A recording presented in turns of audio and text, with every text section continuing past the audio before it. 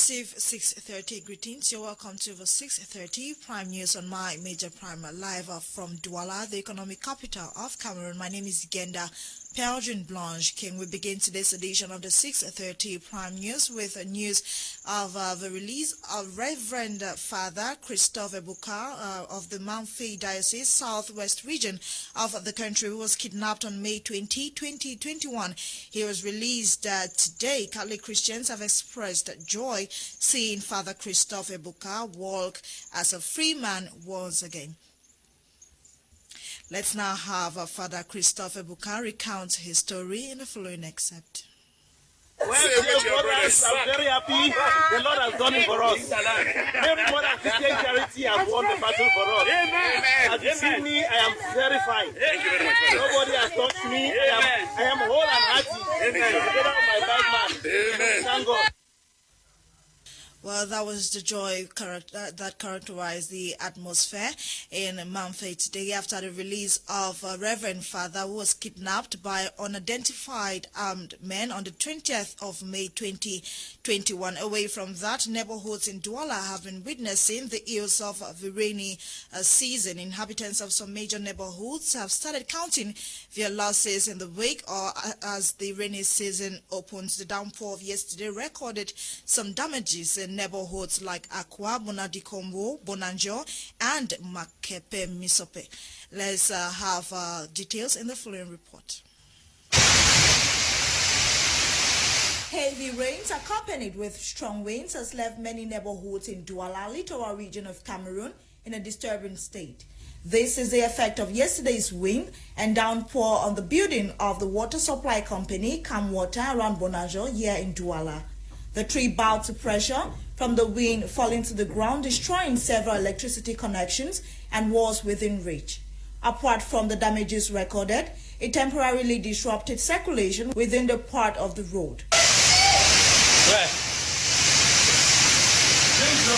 Neighborhoods like Akwa, Bonadikombo, Makepe Misoke also witnessed an almost similar situation, except for that water replaced trees. Water filled the houses of individuals around Makepe Misoke, as it is the case whenever it rains. Other neighborhoods with poor drainage systems were also affected by the heavy downpour of yesterday. Individuals have raised worries about the damages that lie ahead if care is not taken, given that the rainy season is just approaching and the effects are so visible. It should be recalled that 21 August 2020, torrential downpour caused flooding in Douala, damaging bridges, causing widespread traffic disruption. As August approaches, with even glaring signs of rains this year, inhabitants worry over their safety and that of their properties.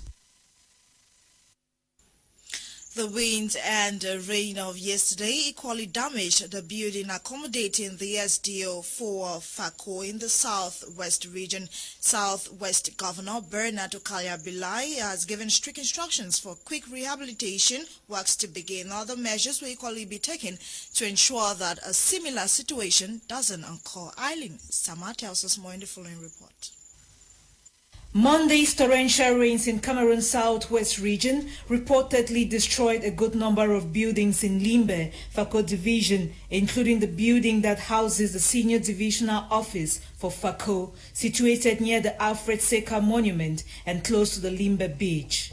The entire roof of the colonial building was brought down by the wild wind which accompanied the rains on Monday.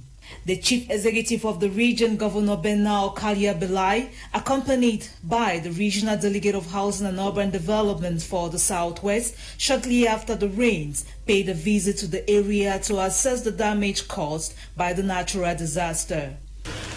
Wind this day blew off the roof of the SDO's office and many other buildings in town.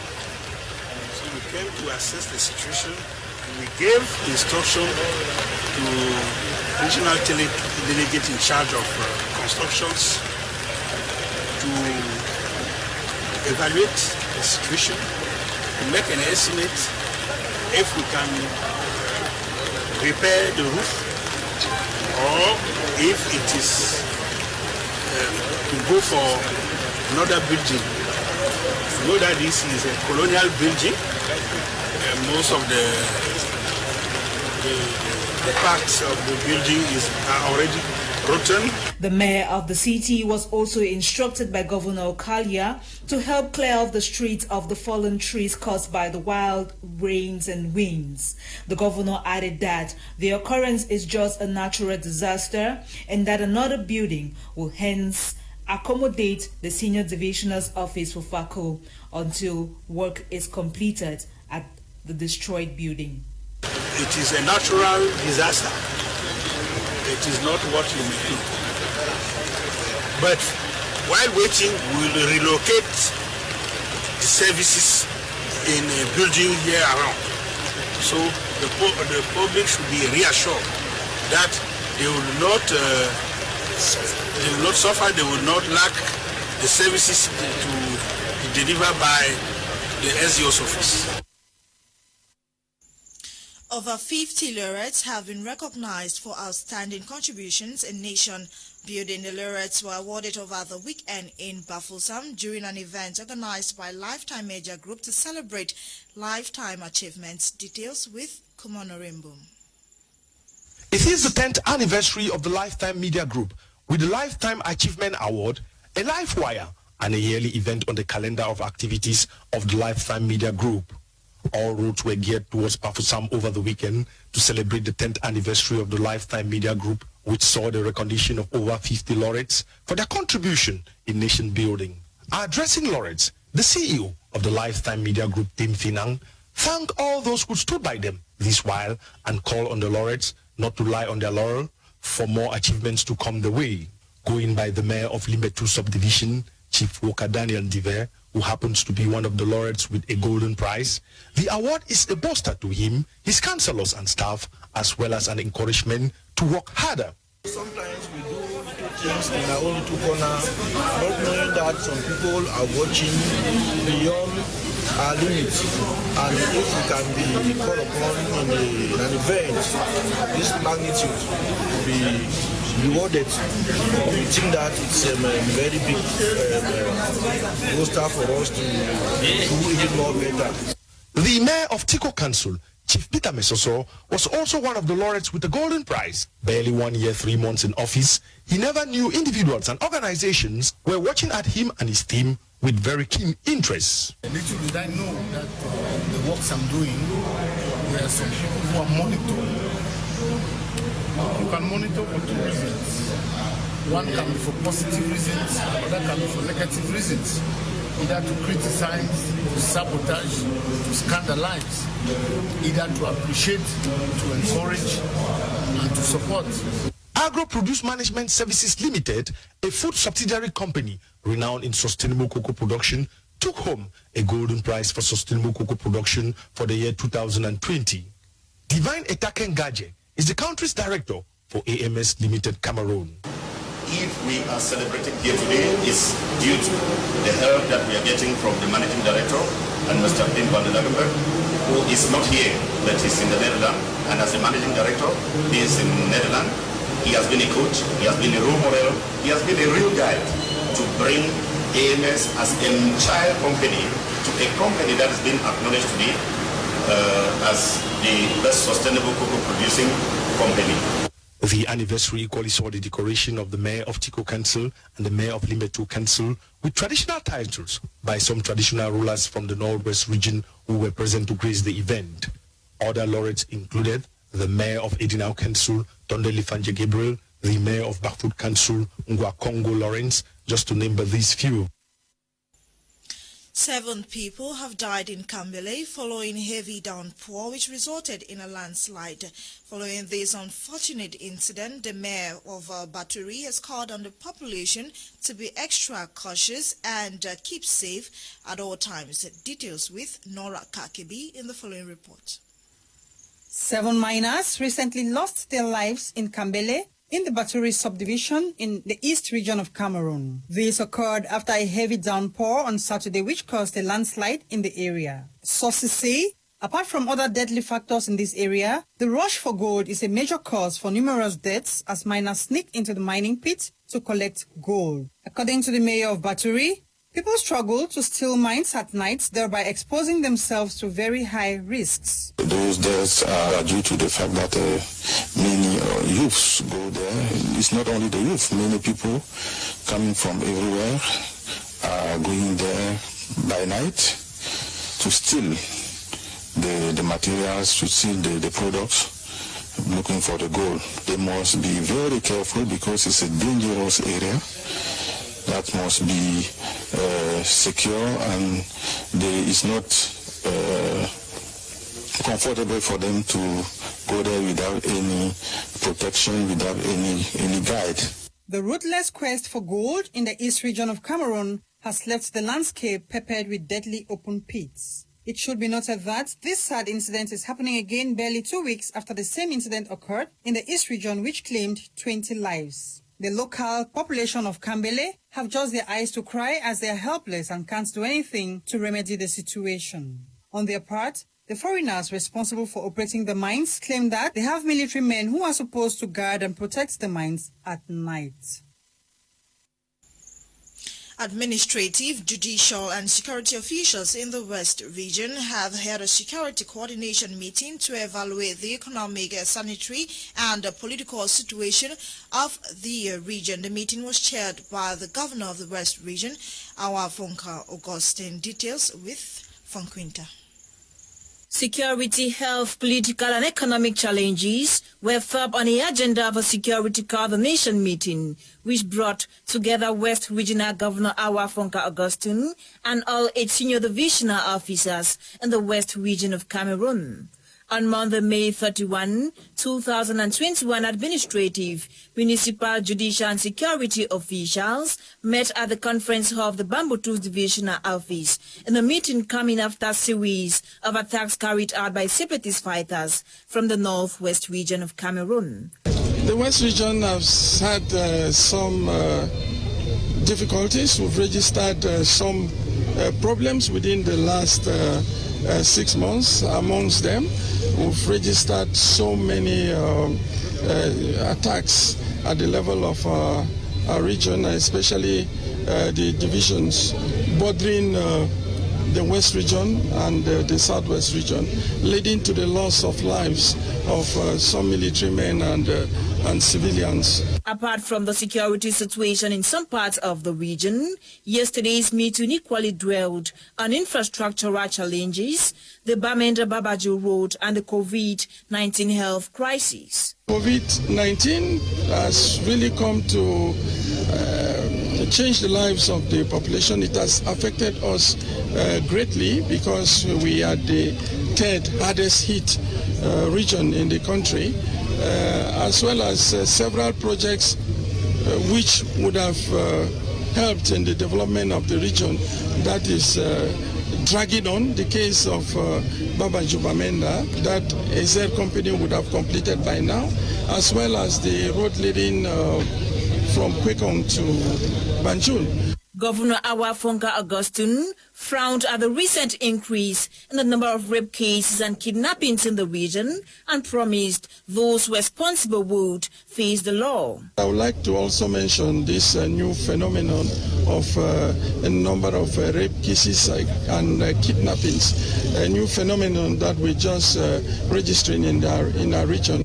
It should be recalled that at least 4 soldiers were killed by separatist fighters during an attack on the military post in Memphong locality in Galim subdivision on April 30, 2021.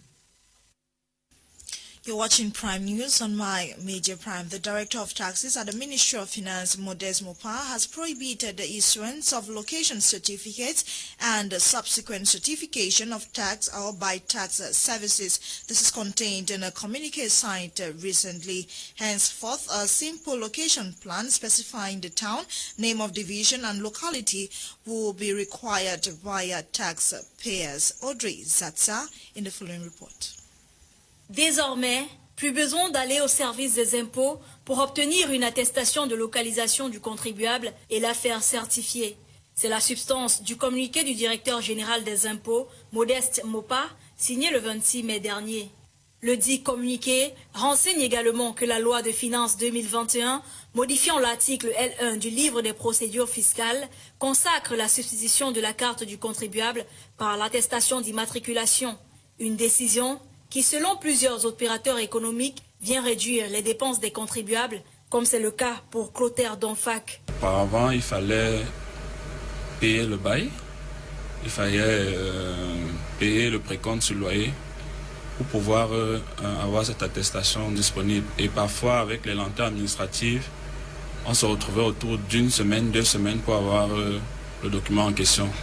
Aujourd'hui, pour toute opération administrative, on a juste besoin de faire un plan de localisation où sera mentionné la commune d'enregistrement du contribuable, le quartier du contribuable et le lieu dit. Et on soumet avec une déclaration sur l'honneur de l'exactitude de l'information. Et tout est OK pour la paperasse administrative, que ce soit pour les banques, que ce soit pour l'administration fiscale. Dans l'attente de la dématérialisation de l'attestation de localisation des contribuables, selon la récente circulaire, ces derniers devront donc produire comme document justifiant de leur localisation fiscale par toute procédure administrative un simple plan de localisation précisant la commune du lieu de l'établissement, la dénomination du quartier et le lieu dit. Tout ceci sur honneur des contribuables eux-mêmes. 51 students from the Center of Community Registration and Development have completed their 9 months training. The students graduated with a message to be job creators with the skills acquired and explore all available opportunities. Clarice Akowe completes this story in the following report.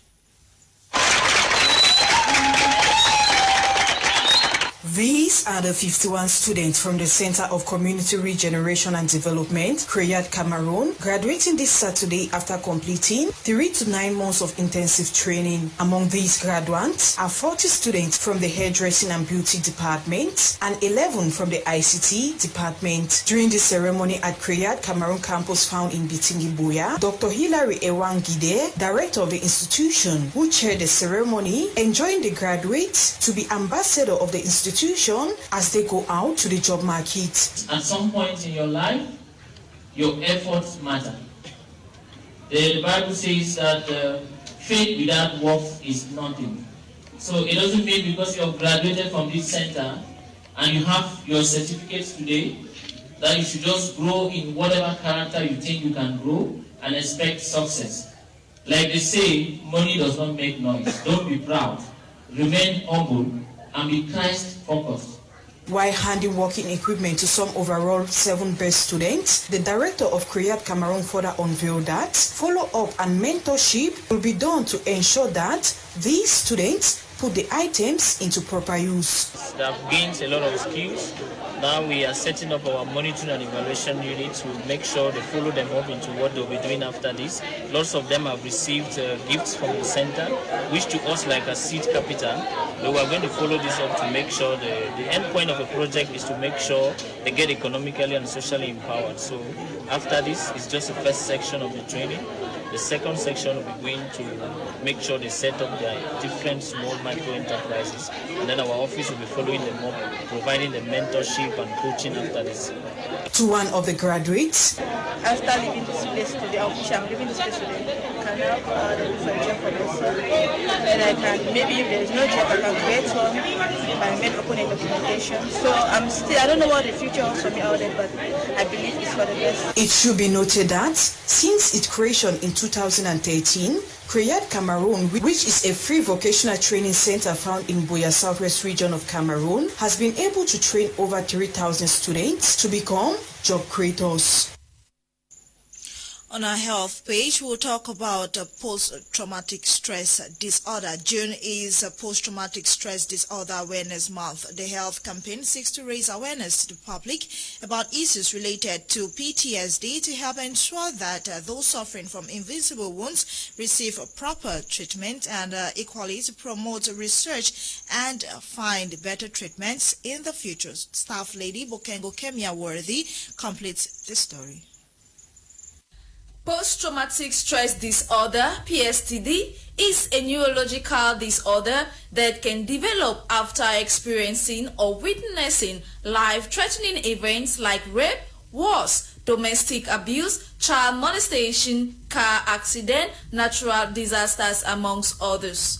Worldwide, 8 million adults have PTSD yearly. Characterized by nightmares, edginess, extreme fatigue, sleeplessness, flashback, emotional numbness, avoidance, and many more, these symptoms most often do not manifest themselves for months. With a 60% of men and 50% of women estimated to experience a type or form of trauma in their lifetime, the health condition is highly preventable. The reality is that PTSD is something that is easily overcome, especially if you receive the right treatment. And so it's not necessarily a lifelong diagnosis or a debilitating diagnosis. In fact, we see that people very often get better and grow from the experience in a way that is meaningful, and they find their lives more full after the fact.